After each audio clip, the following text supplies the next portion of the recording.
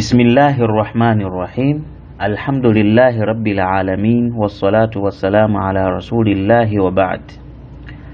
Kutamandidwa konse ndi kwa Allah subhanahu wa ta'ala, mbuye wa zolengedwa zonse. Madalitso ndi mtendere zipite kwa mtumiki wathu womaliza Muhammad, akubanja kwake, masahaba ake ndi wina aliyense amene akutsatira chiphunzitso cha Islamu mpaka na tsiku la chiweruzo.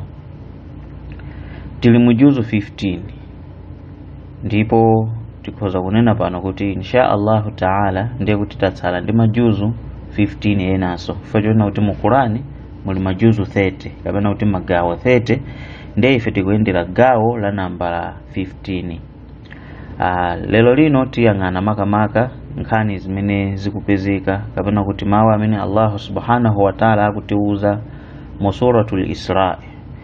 Sura imene inatchulidwa kuti suratul Isra chifukwa cha ulendo wa mtumiki umene anaenda kuchoka ku Makka kupita ku Jerusalem ndi kukwera kupita kumwamba kupita kwa Allah subhanahu wa ta'ala. Ndi ulendo wotchuka, nkhani yake ndi yotchuka, ndipo swalazi zimanenedwa kuti zinatengedwa usiku wake umenewo kwa Allah subhanahu wa ta'ala. Choncho imatchulidwa kuti suratul Isra, komanso ena kapena tinene kuti komanso imatchulidwanso kuti ndi suratu Banu Israil chifukwa choti Allah wafotokozanso mmene nkhani yokhuzana ana a Israeli. Choncho ikomatchulidwanso kuti suratu Banu Israil. Ndipo lero lino tikufuna tiyang'ane kuti kodi munthu tsiku la kiyama ntchito zake Allah subhanahu wa ta'ala akaziwerengera bwanji, nanga kodi china chilichonse chimene timagwira pa dziko lapansi Allah subhanahu wa ta'ala akagamula bwanji tsiku la kiyama. Ndiye lelo lino tikati kuyang'ana pa sura mentanenera suratul Isra, makamaka aya yake nkukhala aya namba 13. Pamene papa Allah subhanahu wa ta'ala akufotokoza kunena kuti wa kullu insanin alzamnahu ta'irahu fi 'unuqihi wa kullu insanin alzamnahu ta'irahu fi 'unuqihi wa nukhriju lahu yawmal qiyamati kitaban yalqahu manshura. Allah subhanahu wa ta'ala akuyankhula pa aya imene ikunena kuti ndipo munthu aliyense tammangirira nkhosi zochita zake, ndipo tsiku la kiyama tizamtulutsira kaundula momwe muli zochita zake, azampeza wovundukulidwa. Ayayo ikutero. Ndipo ena kumasulira amanena kuti kummangirira nkhosimu akutanthauza kuti buku limene amalembera zinthu zabwino kapena zoyipa, ntchito zabwino kapena zoyipa zimene munthu amagwira, akuti buku limene lolo ndiloti amalipinda ndi kuliyika nkhosi mwa munthu ndipo limakwana. Ndiye pali anthu ena anzathu awa ma atheist akuti iwo amakhulupirira kuti kulibe mulungu, dziko libasi linango obwera, amapanga argue aya imeneyi kumanena kuti ayi zimenezo zitheka bwanji munthu kumamulembera ntchito moyo wake wonse, ndiye kuti limenelo tulikuyenera kukhala buku lalikulu. Mesa amanena kuti chilichonse chimene munthu angayankhule, kalikonse kamene munthu angachite, pali angelo amene amalemba. Ndiyetu iwo ndiye kuti amalemba atu zinthu zochuluka, komanso buku likuyenera likhale lalikulu kwa basi, komanso loti lili mapepala wochuluka. Ndiye information yonseyo ikwana bwanji nkhosi la munthu. Argument yawo yopoyirayo imanena choncho. Ife kuyankhula kwake kapena kuti kuyankha kwake timayankha anthu otero kunena kuti zimatheka bwanji ka disk kakang'ono, memory card, kumasunga information yoti muli information yochuluka mwina ya 500 GB, kumasunga ka memory card 128 GB, kumasunga ka memory card. Anthu flash disk mene kachepera ka flash disk zimapezeka kuti munthu akusunga information yambiri, mabuku ambiri kusunga mmenemo. Ndiye zikankanike Allahu Rabbul Izzati wal Jalal kupanga zinthu ngati zimenezo, kumsunga munthu zinthu zake nkhosi. Ndizosavuta zimenezozo kwa Allah subhanahu wa ta'ala. Ndiye kuti munthu wina aliyense ntchito zake ndizoti Allah akutani akuziona ndipo akumusungira, ndipo tsiku la kiyama azampasa buku kuti achimwene zinthu zonse zimene mumapanga zija buku lake ndi limeneli, fihi dhikru a'malihi saliha, buku mmenemo muzakhala kutchula ntchito zake zabwino zimene ankagwira, wa a'malihi al-khabitha, komanso ntchito zake zoyipa zimene amagwira, ta'dilan lilbushra alhasana walitawbihi ala sayyi'a. Allah subhanahu wa ta'ala akazapereka ntchito zimene zizi buku limene likumuonesa munthu, ndiye pamene patazapangidwe determine kuti munthu asangalale kapena akhale munthu otani odandaula, chifukwa zikazapeza kuti buku lako langodzaza ndi ntchito zoyipa ndiye kuti iwe basi ndi wakumoto. Chimodzimodzi buku lako mukazakhala zabwino akuti fasaufa yuhasabu hisaban yasira, munthu ameneyo ndiye kuti azawerengedwa hisabu yake izakhala yotani yofewa kwambiri, chigamulo chake kwa Allah subhanahu wa ta'ala chizakhala chofewa kwambiri.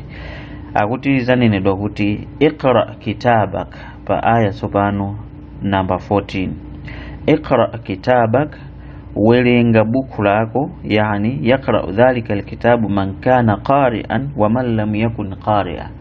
Nzonena kuti nditu buku limene lili mmene muzakhale ntchito za munthu wina aliyense azawerenga, regardless kuti anali pa dziko lapansi wodziwa kuwerenga kapena osadziwa kuwerenga. Olo munthu akhale ona kuti pa dziko lapansi samatha kulemba ndi kuwerenga, koma tsiku limeneli azawerenga, chifukwa amenewo ma atheist amapanganso argue pamenepa kuti azitheka bwanji munthu kuti anali osawerenga pa dziko lapansi ndi akawerenge tsiku limenelo. Iya zimene zizatheka ndi Allah subhanahu wa ta'ala.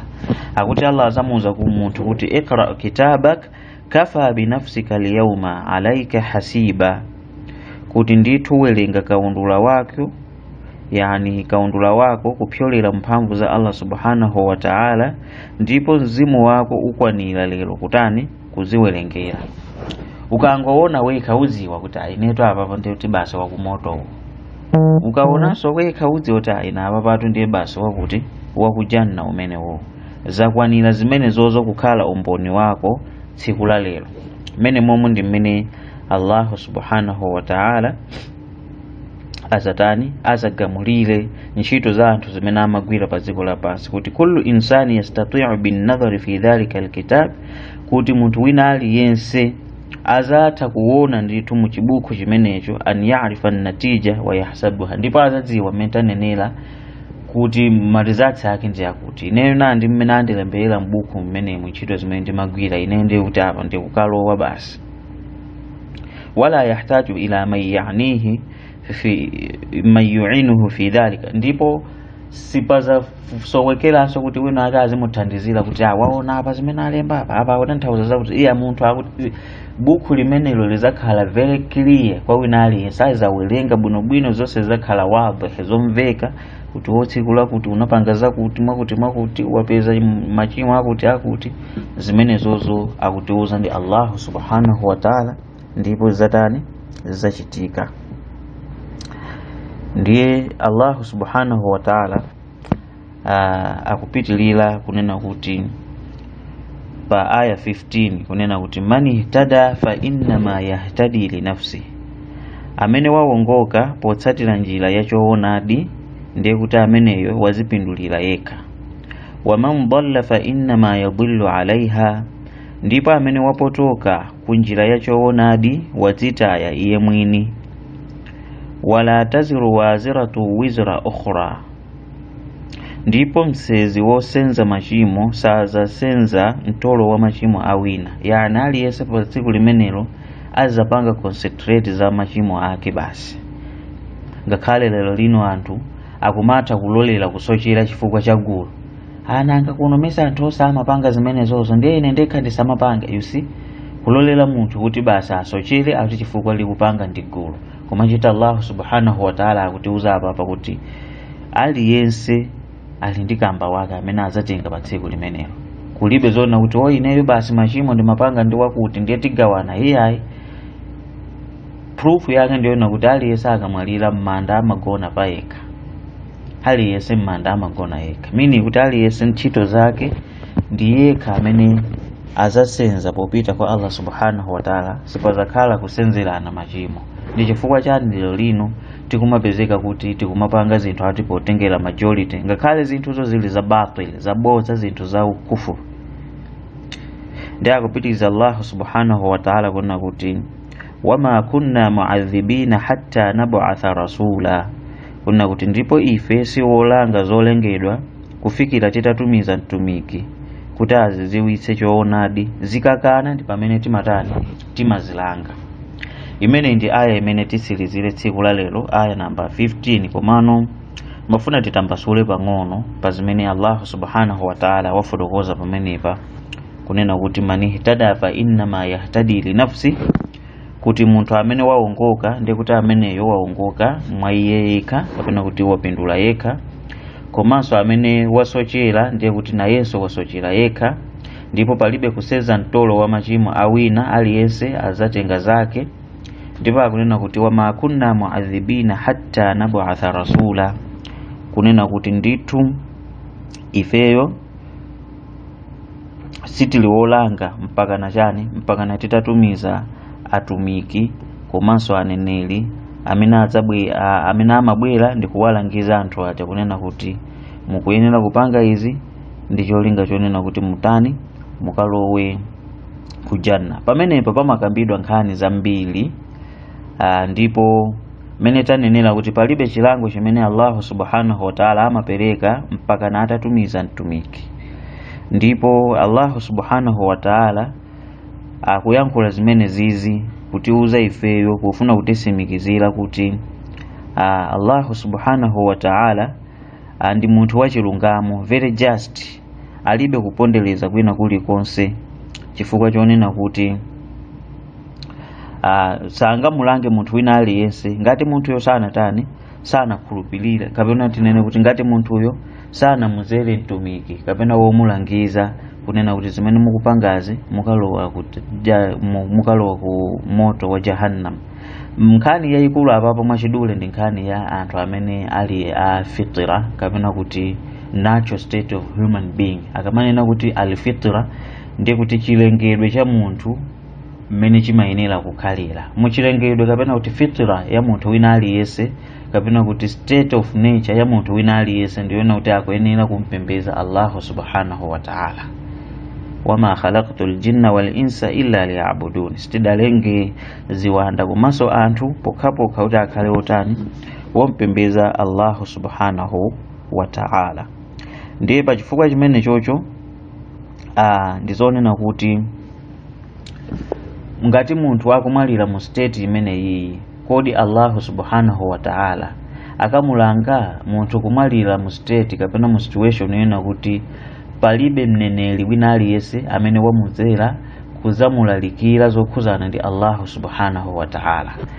Pamene papa Allah subhanahu wa ta'ala akuti bwanji ndi zimene timafuna tiyang'ane makamaka pa aya imeneyi, aya namba 15 ya suratu Isra, juzu namba 15 iso. Pa nkhani imeneyi sopano pamabwera nkhani ya ana ang'ono amene amatani amamwalira akadali ang'ono, uthenga wa aneneri usanapeze, uthenga wa Chisilamu usanapeze. Kodi ana amene wawa situation yawo ikakhala motani pamaso pa Allah subhanahu wa ta'ala? Kuti kodi iwo akamwalira amakalowa ku moto kapena zimakhala bwanji? Ndipo pachifukwa chimene chichi kapena kuti mutoke ni imeneyi mumafusidwa nkhani za anthu amene mwina anali amisala woti basi kubadwa munthu ukawa misala, komanso anthu amene anali adefe, anthu osamva amene anabadwa ndi vuto la kusamva, komanso ndi anthu amene anamwalira mu nthawi ya fatra, nthawi imene uthenga siunapeze iwowo wokhuzana ndi Chisilamu, kunena kuti kodi pamene papa zikakhala bwanji. Ndiye mahadithi angapo amafotokoza pa topic imeneyi, ndipo apapa ndipanga koti mahadithi ena ya muchifuniro cha Allah subhanahu wa ta'ala komanso ndi chithandizo cha Allah subhanahu wa ta'ala. Komanso tinene pano kuti tisana akambe mahadithi amene wankhani imeneyi ndi nkhani yoyena kuti imafunika munthu amene aziyikamba kuona kuti aliko ndi knowledge yokuzana ndi chipembedzo cha Chisilamu komanso at least malamulo a sharia. Komano isamakambidwe nkhani imeneyi kwa anthu oyena kuti mwina maphunziro awo ndi otani ndi ochepa pa nkhani za dini, ndipo ma scholars ambiri amanyasidwa ndi kukamba nkhani ngati imeneyi. Chabwino, hadithi yoyamba yochokera kwa al-Aswad bin Sari'i amene yuyu malingana ndi Imamu Ahmad akuyankhula kuchokera kwa sahaba ameneyu mchitabu chake analemba hadithi yochokera kwa sahaba ameneyu kwena kuti qala Rasulullah sallallahu alayhi wasallam, kuti ndithu mtumiki wa Allah adayankhula kunena kuti arba'atun yahtajjuna yawma al-qiyama, kunena kuti anthu folo tsiku la kiyama azapereka chidandaulo kapena kuti azapereka chisamani kapena kuti azapereka petition kwa Allah subhanahu wa ta'ala tsiku la kiyama. Rajulun asammu la yasma'u shay'a, munthu woyambilira ndi munthu amene anali wosamva, amene samamva kena kalikonse. Wa rajulun ahmaq, komanso munthu amene anali wamisala. Wa rajulun harimun, komanso munthu amene anali onena kuti wokalamba kwambiri komanso very senile. Wa rajulun mata fi fatra, komanso munthu amene anamwalira mu nthawi ya fatra, nthawi imene panalibe uthenga uliwonse wokuzana ndi chipembedzo umene unampeza iyeyo, panalibe mtumiki aliyense amene anabwera pa nthawi iyo kukawalangiza anthu amenewo. Fa amma al-asammu fayaqulu rabbi qad jaa al-islamu wa ma asma'u shay'a, akuti munthu amene anali wosamva uja azayankhula kwa Allah subhanahu wa ta'ala kuti Allah, ndithu chisilamu chinabwera koma ine sindinkamva kena kalikonse. Wa amma al-ahmaq fayaqulu rabbi qad jaa al-islamu was-sibyanu yahdhifuni bil-ba'ri, kunena kuti munthu amene anali wamisala uja azayankhula kunena kuti Allah, ndithu chisilamu chinabwera ndipo ineyo nzonena kuti nthawi imene chisilamu chimabwera, nthawi imene kunali chisilamu, ine ana ang'ono ankango ndiponyera chani nyasi zochokera ku kamelo kungamira, yani kunena kuti ndinali wamisala kuti basi umango kuwidwa ndi ana sindinkadziwa china chilichonse. Wa amma al-harimu fayaqulu rabbi laqad jaa al-islamu wama a'qilu shay'a, kunena kuti ndipo munthu amene anali wokalamba kwambiri komanso amene analibe nzeru, anali wozerezeka, ndiye kuti nayenso azayankhula kunena kuti Allah, ndithu chisilamu chinabwera koma ine sindinapanga understand china chilichonse, nali wozerezeka ineyo. Wa amma alladhi mata fil fitra fayaqulu rabbi ma atani laka rasul, munthu amene anamwalira mu nthawi ya fatira imene tayichula al-fitra, nthawi yonena kuti panalibe mneneri aliyense, nayenso azayankhula kunena kuti Allah, ndithu ine simunanditumizire mtumiki wina aliyense uzandilangiza. Ndiye mtumiki apitiza kunena kuti faya'khudhu mawathiqahum liyuti'annahu fayursilu ilayhim anidkhulu an-nar, akuti kenako Allah subhanahu wa ta'ala azatenga chani, azavomereza ma pledge of obedience yao kapena kuti bai'a yao, azavomereza. Si amanena pamene pazakhala akunena kuti akutanthauza kuti tikadakhala kuti ndidali wokumva ndiye kuti bwezi nditatsatira chisilamu, ndikadakhala kuti sinali wamisala ndiye kuti bwezi nditatsatira chani chisilamu, mokadanitumizira mtumiki ndiye kuti bwezi nditatsatira chisilamu. Ndiye mtumiki ndiye auti Allah azavomereza zimenezi. Faya'khudhu mawathiqahum, ndithu azavomereza zimene azayankhula anthu amene wa Allah subhanahu wa ta'ala, fayursilu ilayhim anidkhulu an-nar, kenako Allah subhanahu wa ta'ala akutaza yankhula kunena kuti nonsenu inu mukuyenera kuti mulowe ku moto, pitani mukalowe ku moto.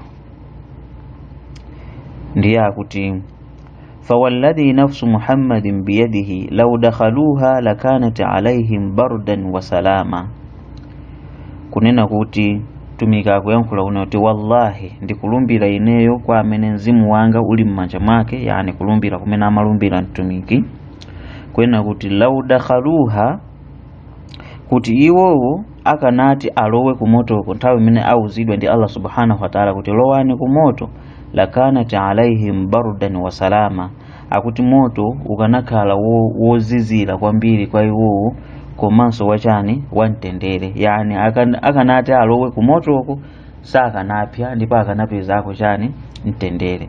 Amenewa akuti ndi mayesero amene Allah subhanahu wa ta'ala azawayesa anthu amenewa, ndicholinga choti aonese gulu lonse unoti hayi awa watu ngakhale ena akupanga complain chonchi ndizonena kuti chikanakhala kuti Chisilamu cho chapeza ndiye kuti akanakhalabe okana, chifukwa chonena kuti zapezeka kuti pamene paena mwina akukana kukalowa kumoto kuja, komano amene atazavomere kulowa adi ndiye kuti mwina amene wowo nda amenetu akanakhala okhulupirira eneyeni. Wallahu a'lam. Pamenepo ndithu ma scholars amafotokoza malo otani kapena kuti mariwayati osiyana-siyana, koma zimenezi ndi malingana ndi mahadithi angapo, ngati hadithi ina imene ikuchokera kwa Qatada imene adailandira ndi kwa Al-Hasan, ndipo kuchokera kwa Abu Rafi' amene adamva kuchokera kwa Abu Huraira radhiyallahu anhu, ndipo chakumapeto kwake hadithi imene nditu akuti chakumapeto kwake kwa imana kuti faman dakhalaha kanat alayhi bardan wa salama wa lam yadkhulha yushabu ilaiha, kunen wa man lam yadkhulha yushabu ilaiha, kunena kuti aliyesa amene azalowe ku moto azapeza kuti motowo ndi wozizira komanso wamtendere, sakapya akapeza mtendere kumeneko, ndipo amene sakalowa chifukwa cha kuopa ndiye kuti amene yoyo akamuwelengesera kuti ndiye kuti iweyo pa dziko lapansi ukanakhalabe wokanira, ngakhale kuti ukadakhala kuti sunali munthu wa misala kapena unali munthu kuti umamva bwinobwino kapena mtumiki anakudzera, iweyo ukanankanirabe, simukanavomera chilamulo cha Allah subhanahu wa ta'ala. Mmene momo ndi mmene mahadithi akuyankhulira, komanso zinapangidwanso rekodi ndi Ishaq bin Rahwayn kuchokera kwa Muadh bin Hisham, komanso zinapangidwanso rekodi ndi Imam al-Baihaqi mu kitabu cha al-I'tiqad, komanso pali mawa amene anayankhula ndithu Ishaq bin Rahwayn ameneyu, komanso al-Baihaqi mu kitabu cha al-I'tiqad chimenechi kwena kuti ndithu cheni chimenechi ndi cha sahih. Palinso hadithi imene imachokeranso kwa Ibn Jarir mu hadithi imene imachuti imene mtumiki Muhammad sallallahu alayhi wasallama adayankhula kuchokera kwa Abu Huraira radhiyallahu anhu, ndipo Abu Huraira akuti anayankhulanso hadithi yomweyi imene tayichula posa chedwa ija, yona kuti amene akalowa kumeneko akapeza mtendere kumotoko, ndipo amene sakalowako ndiye kuti zikapezeka kuti basa ameneyo ndi amene akamulowesa kumoto weniweni. Ndipo anazayankhula kunena kuti ndipo iwerengani aya iyi ngati mukufuna, wama kunna muadhibina hatta nab'atha rasula, kwena kuti ndithu ife sitingalange wina aliyense mpaka natitatumiza mtumiki. Ndiye paliso hadithi imene ili yochokeranso kwa Abu Huraira imene adayankhula kunena kuti qala Rasulullah sallallahu alayhi wasallam kullu mauludin yuladu ala alfitra, kunena kuti ndithu muobadwa mwana wina aliyense amene amabadwa ndi kuti amabadwa pa fitra, kapena kuti pa nature yona kuti akuyenera kuti azimpembeza Allah subhanahu wa ta'ala, kapena mwachidule kuti amabadwa ali Islamu. fa abawahu yuhawidanihi au yunasiranihi au yumajisanihi, ndi makolo ake to amene amampangisa mwana ameneyo kuti akhale Myuda kapena Mkristu kapena Mmajusi wopembeza moto. Nditu hadithi imeneyo ndi hadithi nsoyotani yochoka kwambiri, ndipo zimenezi zikupanga ndithu mwana wina aliyense amene amabadwa ali mu fitra, imene tikunena kuti the natural state of man, kapena kuti chilengedwe chenicheni cha munthu choti azipembeza Allah subhanahu wa ta'ala, ndipo makolo ake ndi amene amampitisa kwinako. Ndipo maripoti ena kapena kuti mariwaya ena anafunsidwa mtumiki atayankhula hadithi imene kuti ya Rasulullah ngakha nanga zili bwanji kwa anthu amene amene anamwalira ali ang'ono ndi hadithi ina mtumiki anati Allahu a'lam bima kanu amilin, kuti ndithu Allah subhanahu wa ta'ala akudziwa bwino ntchito zimene amenewo akanakhala kuti akugwira pa dziko lapansi zikanakhala kuti akula. Choncho Allah subhanahu wa ta'ala akawagamulanso chimozimozi ngati hadithi yambiri imene tayikamba ija kuti pakakhala ndithu ka mayeso kameneko kamene Allah akawayesa anthu amenewo amenewo. Ndipo mu chitabu cha Imamu Ahmad mulinso ndithu hadithi imene ikuchokera kwa Abu Huraira radhiyallahu anhu amene akuyankhula kunena kuti mtumiki Muhammad sallallahu alayhi wasallama adayankhula hadithi ndi mtumiki Muhammad sallallahu alayhi wasallama akuti nkhani imene iyi mwina imapangidwa attribute kwa Musa alayhi salatu wassalam. Ndipo adayankhula kunena kuti dharawiyul muslimina fil janna yakfuluhum Ibrahimu alayhi salam, kunena kuti ana ang'ono amene anamwalira akadali ang'ono asilamu ndi ana amene akutani ndi ana amene ndithu pakadali pano ali kujanna ndipo akusamaliridwa kumeneko ndi Ibrahim. Ndipo mu sahihi Muslim mulinso hadithi kuchokera kwa Iyad bin Hammad kuna kuti qala Rasulullah sallallahu alayhi wasallama, kuti ndithu mtumiki Muhammad sallallahu alayhi wasallama adayankhula kunena kuti qala Allahu ta'ala, kunena kuti ndithu Allah subhanahu wa ta'ala akuyankhula yani mene ndi hadithi al-Qudus kuti inni khalaqtu ibadi hunafa, kunena kuti ndithu ine ndawalenga akapolo anga kukhala mahunafa, yani kukhala anthu apa chipembezo cha Chisilamu chompembeza Allah subhanahu wa ta'ala. Ndithu pali mahadithi ambirimbiri ngati hadithi ina imenenso imayankhulidwa kunena kuti mtumiki Muhammad sallallahu alayhi wasallama adayankhula hadithi yona kuti kullu mauludin yuladu ala alfitra, kuti mwana wina aliyesama bado ali Islamu ngati mmeta nenera muja ndiyeno anthu akuti anafusa mtumiki uja kuti wa auladul mushrikin, kuti mpaka na ana anthu omphatikiza Allah subhanahu wa ta'ala ndi zinthu zina. Ndiyeno akuti mtumiki Muhammad sallallahu alayhi wasallam adayankha kunena kuti hum khadamu ahlil janna, kuti ndithu iwowo ndi akapolo kapena kuti antchito anthu akujanna, kuti ana amenewo azakhala antchito anthu akutani akujanna. Ndipo hadithi imene tingamalizire ndi hadithi imene ikuchokera kwa ankolo wake Hasna ya kuchokera mu chitabu cha Imamu Ahmad, imene mumu kuyankhulidwa hadithi yona kuti Hasna binti Muawiya from ochokera ku Mabanu Suraim adayankhula kunena kuti ankolo wake adayankhula kwa iye kuti qultu li Rasulillahi sallallahu alayhi wasallam, kuti ndayankhula kwa mtumiki kuti ya Rasulullah man huwa fil janna, kuti kodi kujanna kuli ndani akalowe kujanna.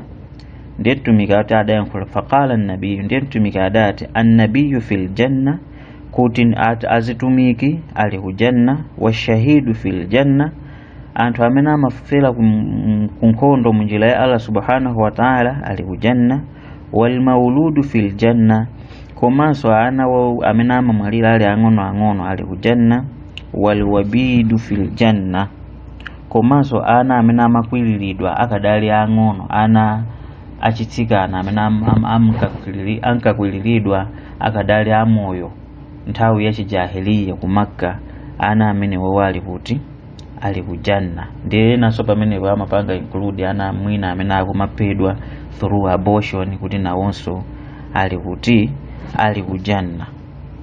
Mmene tanenera kuona kuti nkhani imeneyi ndi makruh kuti tizipanga discuss, chifukwa chonena kuti ndi nkhani yokhuzana ndi chani, ndi nkhani yokhuzana ndi qadar preordainment ya Allah subhanahu wa ta'ala. Choncho munthu asamakhale busy makamaka ma social media kumakambirana nkhani ngati zimene zizi zimenezo ndi zimene timafuna tifotokoze fachoona kuti zimenezi angazimvese ndi munthu yekhayo amene ndithu ali ndi chani, ali ndi knowledge pa nkhani za chipembedzo. Sono kuti tizingofalisa zimenezi kapena kumakambirana mu Facebook mmene anthu knowledge yawo ndi yosiyana malevel, zimakhala zinthu zovuta zimene zingathe kuonesa ngati chisilamu chili very complicated. Choncho maulama akulu ndithu amatani amanyasidwa ndithu kumakambirana nkhani ngati zimenezi. Ndipo Mtumiki Muhammad sallallahu alayhi wasallama adayankhula kunena kuti la yazalu amru hadhihi al-umma muwatiyan au muqariban ma lam yatakallamu fil wildani wal qadar, kunena kuti ndithu umma unowo ungakhale wabwino ngati iwowo saza yankhula zinthu zokhuzana ndi ana komanso qadari yochokera kwa Allah subhanahu wa ta'ala. Ndithu hadithi imene iyi komano ena amayichula kuti ndi ya maukufu, yonena kuti sina nenedwe direct kuchokera kwa mtumiki kapena kuti sina mvedwe direct mtumiki akuyankhula koma kuti inachokera ku tingatenekha kuti ndi third party kapena munthu wina amene amapanga nareti. Ala kulli hal wallahu a'lam. Mmene ndi mmene timafuna tikambirane tsiku la lero nkhani yokhuzana ndi ntchito za munthu, kuti munthu wina aliyense akawerengedwa ntchito zake ndithu tsiku la kiyama, komanso Allah subhanahu wa ta'ala akachita chilungamo pogamula ndithu ntchito zimene munthu amagwira pa dziko lapansi, mpaka na anthu amene akakhalenso ndi madandaulo amene azikaoneka ngati omveka nawonso ndithu Allah subhanahu wa ta'ala akawapatsa chigamulo chawo mwachilungamo. Tikafika apo timpempha Allah subhanahu wa ta'ala kuti atipatse kumvetsetsa nkhani za chipembedzo. Wassalamu alaikum wa rahmatullahi wa barakatuh.